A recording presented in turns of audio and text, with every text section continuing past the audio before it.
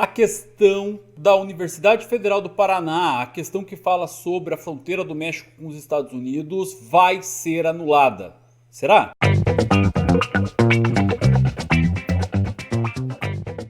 Olá, cara aluno, tudo bem com você? Meu nome é Silvestre, sou professor aqui do Gabarita Gel, aqui do canal Hiperativo Gel, esse que você está assistindo, e eu tô aqui para dar uma notícia para vocês. A prova de ontem lá da Universidade Federal do Paraná, no dia 27 de outubro de 2019, ela corre risco de ser anulada, pessoal. Teve ali questões divergentes que eu vou discutir nessa aula aqui rapidinho. Estou fazendo esse vídeo extra só para explicar essa situação aqui. Para a gente ter uma ideia, pessoal, ou ela vai ser ou ela vai alterar aí a alternativa no gabarito oficial, o que eu acho que vai acontecer com maior facilidade, pessoal. E qual questão é essa, Silvestre? Você tem aí ela para explicar para a gente? Tenho, eu vou colocar ela aqui na tela agora para vocês. Essa questão aqui, pessoal, ó, número 72 da prova da Federal de ontem, da Universidade Federal do Paraná. Vou construir um grande muro, e ninguém constrói muros melhor do que eu, acreditem. Para além disso, vou fazer com que o México pague essa construção. Essa frase de Donald Trump revelou-se como uma medida que chocou milhares de pessoas e agradou a outras tantas. Então tem aqui o artigo aí, como surgiu o problema das fronteiras entre os Estados Unidos e o México, tá? Foi colocado aí o trecho desse artigo. Aí o comando, presta atenção nesse comando, gente. Essa fala do presidente dos Estados Unidos remete a uma região de conflito. Que região de conflito é? O conflito aí da fronteira entre o México e os Estados Unidos, que sofre lá com a questão de fechamento de fronteira, tem um problema bastante grande ali relacionado à entrada, tipo a dificuldade de entrada ali dos mexicanos e qualquer latino-americano no território estadunidense. Aí ele diz assim, a respeito do assunto, assinale a alternativa correta. Então aqui a comissão de vestibular colocou a letra A como a resposta correta. Mas presta atenção por que está sendo discutido. Tá? Hoje de manhã vários alunos vieram trocar ideia comigo e eu acabei reunindo aí a equipe do gabaritajel.com.br, o professor Rodrigo Baglini, o professor Jean, a gente discutiu e de fato a gente chegou à conclusão, juntos obviamente, para ter uma certeza, uma segurança maior de que essa questão estaria anulada, pessoal. Qual é a questão, qual é a situação?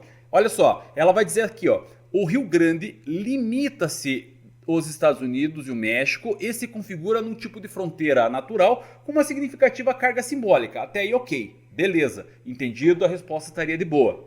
Só que agora presta atenção.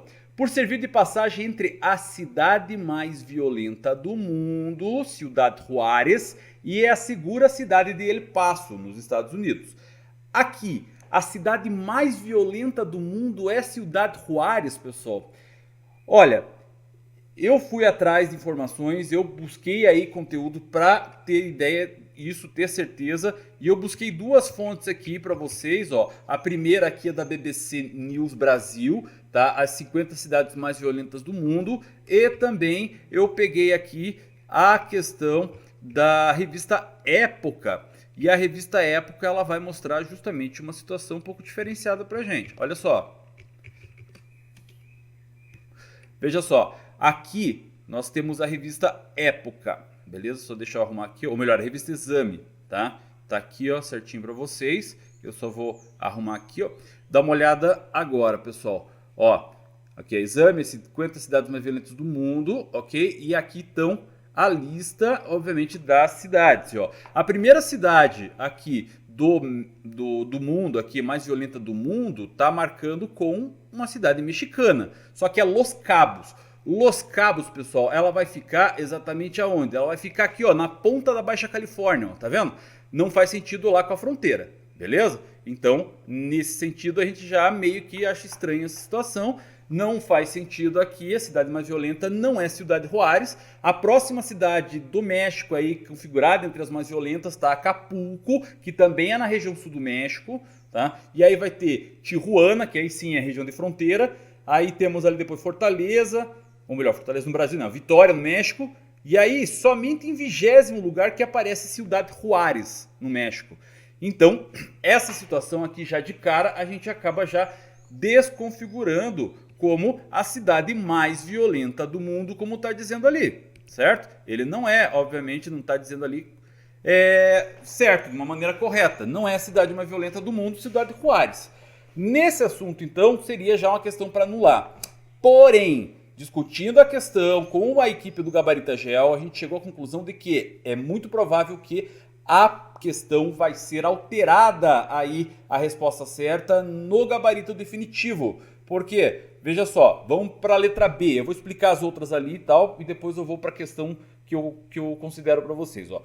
Letra B. Embora o maior controle de fronteira dos Estados Unidos com o México reforce tensões políticas e humanitárias na região, não reflete a capacidade de interação regional do NAFTA. Reflete sim. Por quê? Porque não existe controle, ou melhor, existe controle justamente da entrada dos mexicanos. O que pode entrar ali é mercadoria através das indústrias maquiladoras que estão na fronteira dos Estados Unidos com o México, mas as pessoas têm um forte controle ali. E quando entra de uma maneira bem mais organizada, a questão da migração de cérebros principalmente. Nesse caso aqui, a letra B, então, a gente desconsidera. Letra C. O controle da fronteira do México teve início na década de 80, na tentativa de combater o tráfico de drogas proveniente da Colômbia. Certo? Certo até aí. Só que temos aqui ó, a questão de 1980, que acaba sendo desconsiderada porque ela é um pouco mais antiga. Ok? Então, nesse caso, a gente já desconsidera. A letra D diz assim, a política migratória dos Estados Unidos é paradoxal, é complexa, ela é redundante, ou pior, às vezes ela fala uma coisa e depois diz outra. Visto que há só um tempo incentiva a importação de cérebros. Ela incentiva a importação de cérebros? Sim, ela incentiva. E ela é rigorosa com os refugiados políticos provenientes da América Latina? Não, os Estados Unidos não é rigoroso com um refugiado político proveniente da América Latina. Qual é o único país que para os estadunidenses é considerado como refugiado político? Cuba, ok? Então qualquer cubano que consegue atravessar ali a faixa do oceano e chega na região do estado da Flórida, ele é considerado um refugiado político. Nesse caso ele vai ter direitos, vai ter assistência dos Estados Unidos. Por quê? Porque os Estados Unidos não têm diplomacia aí forte, organizada com a ilha de Cuba. Nesse caso, todo mundo, todo mexicano, todo cubano que chega até a região ali da Flórida é considerado um refugiado político.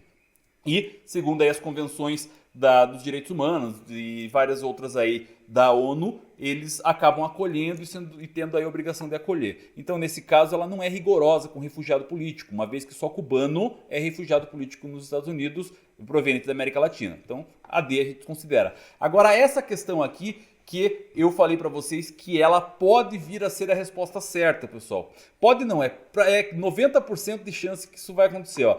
Embora seja crescente o número de cidadãos de Guatemala, Honduras e El Salvador na fronteira, devido a toda aquela crise existente na América Central que está acontecendo ultimamente, ainda persiste um maior número de cidadãos mexicanos a serem detidos. A serem detidos por quê? A serem detidos porque está atravessando a fronteira, ok? Galera, é óbvio.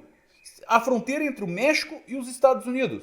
É muito natural que tenha muito mexicano tentando entrar na fronteira, ok? Vai ter guatemalteco, vai ter hondurenho, salvadorenho, até brasileiros, duvidaram aí no crescente número das pessoas na fronteira? Vai, mas vai persistir justamente os mexicanos por razões óbvias, porque ali é México, então vai ter bastante número de cidadão mexicano tentando atravessar e vai ser detido com isso, beleza? Então, segundo aqui a minha ideia, a minha reflexão, essa questão aqui vai ser alterada. Número 72 da prova da Universidade Federal do Paraná, do dia 27 de outubro de 2019, vai ter a resposta no gabarito definitivo como a resposta da letra E, pessoal. Ok? Entendido até aqui? Bom, basicamente esse era o recado que eu tinha para dar para vocês. Então, se você aí assistiu e deu uma olhada, compartilha com todo mundo que fez a federal. Fica tranquilo aí, se você assinou a letra E, já avisa o amiguinho aí, ó, provavelmente vai mudar. Eu tenho certeza que isso vai acontecer. Por quê? Porque a razão tá óbvia ali, pessoal. Beleza? Eu dei os motivos para vocês e eu espero que você tenha se dado bem aí nas questões da Universidade Federal do Paraná. E outra, vestibulares do Paraná é com o Gabarita Gel, é aqui comigo no canal Hiperativo Gel. Um abraço, pessoal, e falou!